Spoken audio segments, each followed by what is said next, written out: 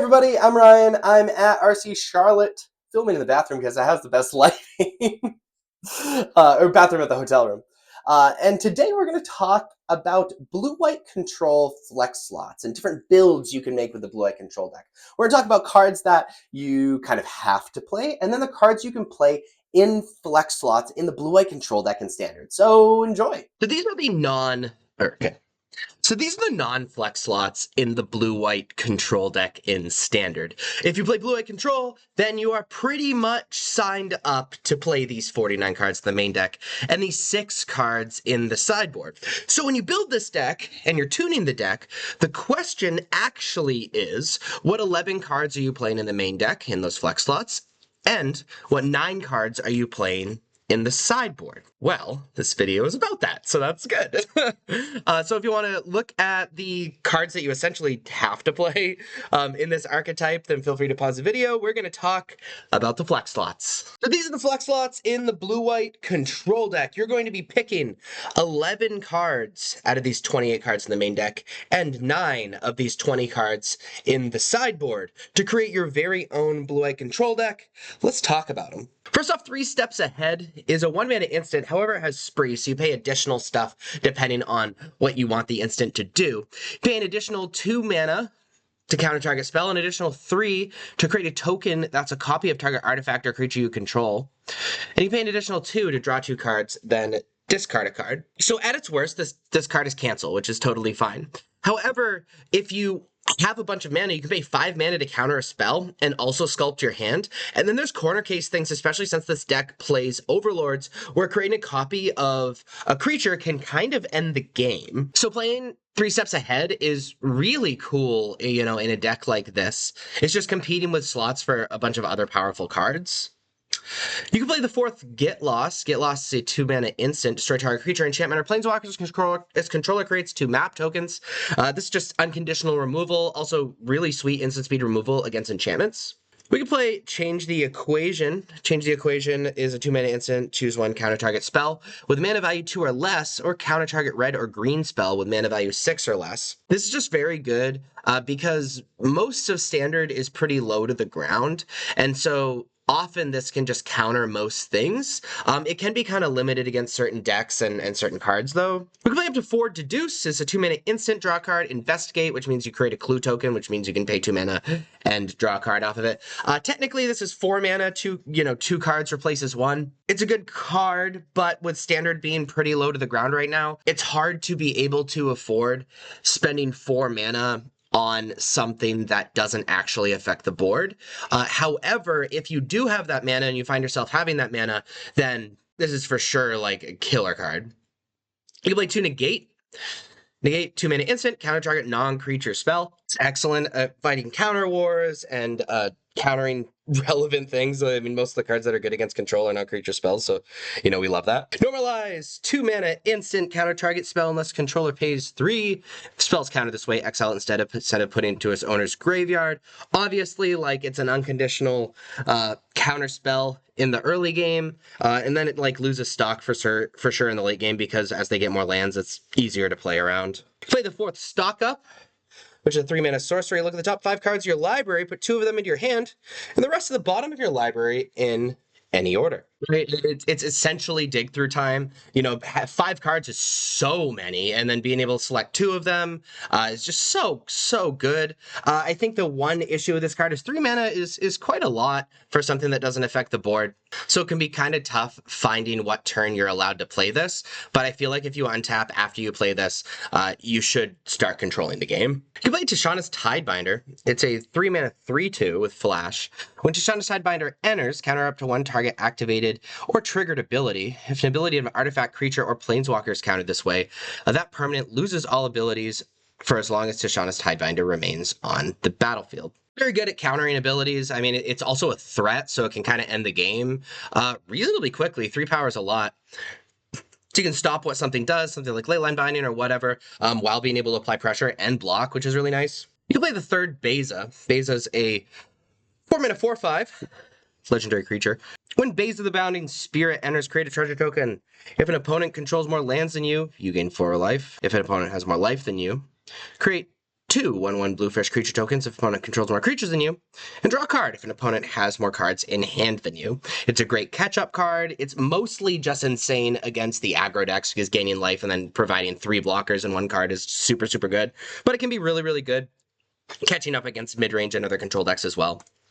You can play 2 Day of Judgment. Day of Judgment 3 and 4. 4 mana destroy all creatures. Board wipes are good. Like if you find yourself facing down creatures on turn. I don't know what to say about Day of Judgment. You can play Jace the Perfected Mind, number 3 and 4 in the main deck. It's a 4-mana Planeswalker with completed, so one of the blue you can pay a Phyrexian mana for, so pay 2 life for if you'd like. If you do that, it starts with 2 less loyalty. Full retail, it starts at 5 loyalty. And its +1 is until your next turn, up to 1 target creature gets -3, -0. Its -2 is target player mills 3 cards. Then if a graveyard has 20 or more cards in it, you draw 3 cards. Otherwise, you draw a card. And it's -X, target player mills 3 times X cards. So this is one of our primary win conditions, right? It makes it so it's really hard to attack, especially combined with all of the other counter spells and removal in the deck. We get to get card advantage while we mill our opponent out, and then very often we can just pay full retail for this, have our opponent mill 15 and win the game. We play a Ride's End. Ride's End's 5-mana instant. Exile target creature or vehicle. It costs 3 less if it targets a tap permanent. Very good against creatures that are attacking you. Essentially 2 mana. Exile removal is insane right now because there's a lot of triggered abilities when things die. So we love it. We can play a second Sunfall, 5 mana. Exile all creatures. Incubate X, where X is the number of creatures exiled this way. This is obviously like a better board wipe than Day of Judgment, but it costs 1 mana, right? It provides a threat and it exiles. Like I said, exile removal is crazy good in standard at the moment. The issue is, again, it costs 1 more mana, and if you're under pressure, that extra turn could be a really, really big deal. We play 2 Overlord of the Flood Pits. Overlord of the Flood Pits is a 5-mana 5/3 with flying. Whenever Overlord of the Flood Pits enters or attacks, draw 2 cards and discard a card. So it's a threat that can sculpt your hand, and it's a must answer. And it has Impending 4 for 3 mana. So you can get this effect on turn 3, which is, again, sculpting your hand in the early game really, really good. And it can kind of just win the game in the long run, which is awesome. You can play a Hornlock Whale. It is a 6/6 with Flash, Ward 2. Hornlock Whale enters tapped unless it's your turn. So it's just like an awesome threat at instant speed, which we love.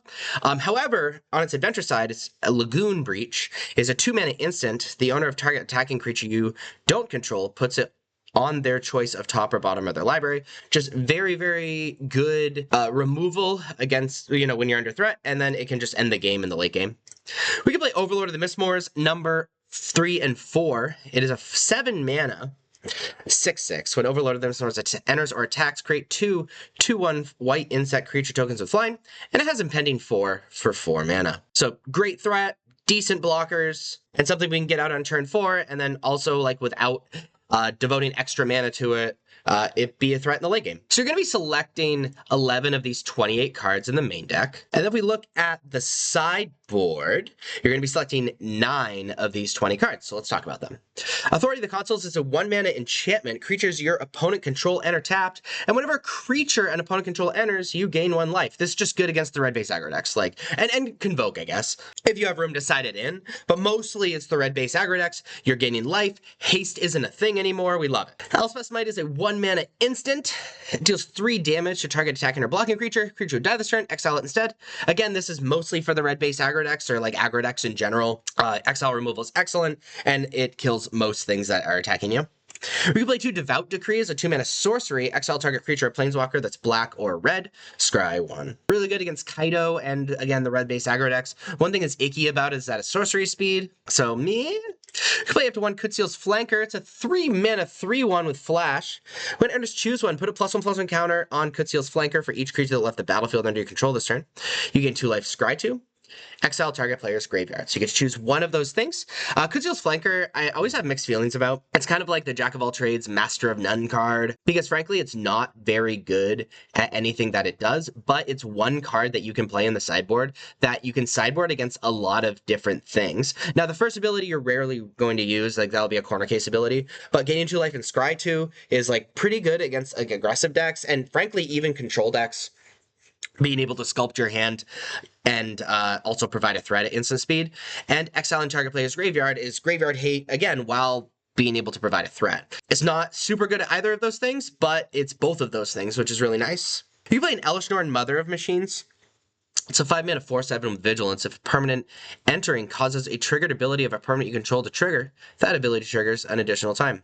Permanents entering don't cause abilities of permanents your opponent control to trigger. Mostly just insane against Domain. Just like things not triggering is ridiculous. It's just insane. Like, also it makes our Overlords better, which is really silly. We can play Overlord of this board 3 and 4 in the sideboard instead of the main deck. We've talked about why that's good already. Same thing with Negate. We could play a Negate in the sideboard, and Tishana's Tidebinder we could play in the sideboard. Play up to 2 Jace Perfected Mind 3 and 4 in the sideboard rather than the main deck if we would like. Obstinate Baloth and Whitleaf Liege are in the same category. So Obstinate Baloth is a 4-mana 4/4. When it enters, you gain 4 life. If a spell or ability an opponent controls causes you to discard Obstinate Baloth, put it onto the battlefield instead of putting it into your graveyard. Whitleaf Liege is a 4-mana 4/4 as well. Other green creatures you control get +1/+1. Other white creatures you control get +1/+1. And if a spell or ability an opponent controls causes you to discard this card, put it onto the battlefield instead of putting it into your graveyard. So they have that same line of text there. The reason you would play these cards is Hopeless Nightmare. The big difference between the two is obviously you can't cast Obstinate Baloth like at all in like a normal game. So really you're just hoping they Hopeless Nightmare you. The thing is they have to keep Hopeless Nightmare in because that's how they beat the control deck. If they aren't tearing apart your hand, they don't apply enough pressure to be able to beat the bounce decks to be able to beat you that quickly. So it's likely you'll get to put Obstinate Baloth on the battlefield if you have it in your opening hand. Whitleaf Liege can pump up the Overlord and Beza and all that stuff, which is really cool. And you can do a similar thing, and you can actually cast it, which is all very, very, very, very nice. The issue is 4 life is probably better than that additional pressure, so make that decision wisely. And then we can play Dissection Tools up to 2. It's a 5-mana artifact. When Dissection Tools enters Manifest Dread, then attach Dissection Tools to that creature. Equipped creature gets +2/+2, has Death Touch, and Lifelink. And we can equip by sacrificing a creature. Putting this on an Overlord or a Beza or whatever can just end the game, or it just being a blocker can again just end the game. The beauty of it is it doesn't require mana to equip, so you can like turn 4 Beza, turn 5 Dissection Tools, sack the creature that manifested or a Beza fish, put it on Beza, gain 6 life, and it's kind of just over against aggressive decks, which is really, really cool. So you're going to be selecting 9 of these 20 cards to add to your sideboard. You're going to be selecting 11 of these 28 cards to add to your main deck. And then you have your very own but stock version of Blue-Eye Control in Standard. If you like this video, please be sure to like and subscribe. Check me out on social medias. Links are above me and in the description. Thank you so much for watching. I'll see you next time. Bye-bye.